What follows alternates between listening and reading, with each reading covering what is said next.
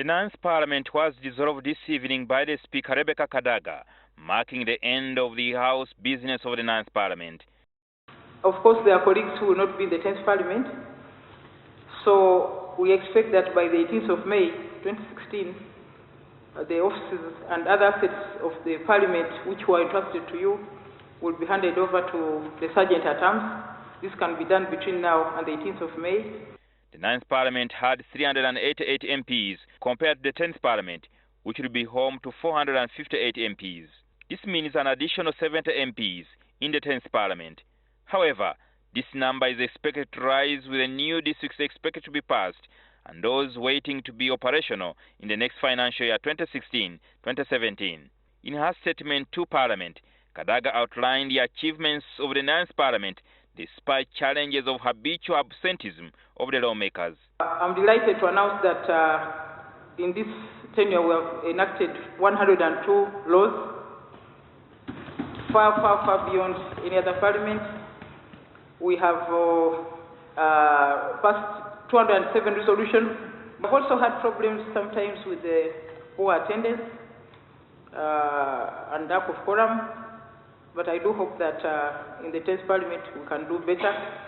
Kadaga informed lawmakers that President Yoweri Museveni has returned a controversial income tax amendment bill passed by Parliament recently, stating his dissatisfaction. However, taking into account that this is our last sitting, it will not be possible to hand it to any committee now, and it will not be able to report to any plenary thereafter. So we shall consign it to the 10th Parliament to be able to handle that and complete it. However, Kadaga defended lawmakers over tax exemption. The facilitation allowances are exempt. So it's not that we are greedy or we don't want to pay taxes, but that's the advice to go from the Attorney General of Uganda. 3 different letters, and if the press is interested in them, you'll be able to access them. So that is the position. We do pay taxes, very serious taxes, by the way, and heavy ones.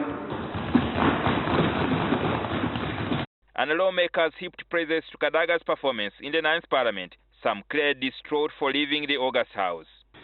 To go to a hospital and you find there is no glove. You go to a hospital, you find that the doctor is there, but he has no drugs to use.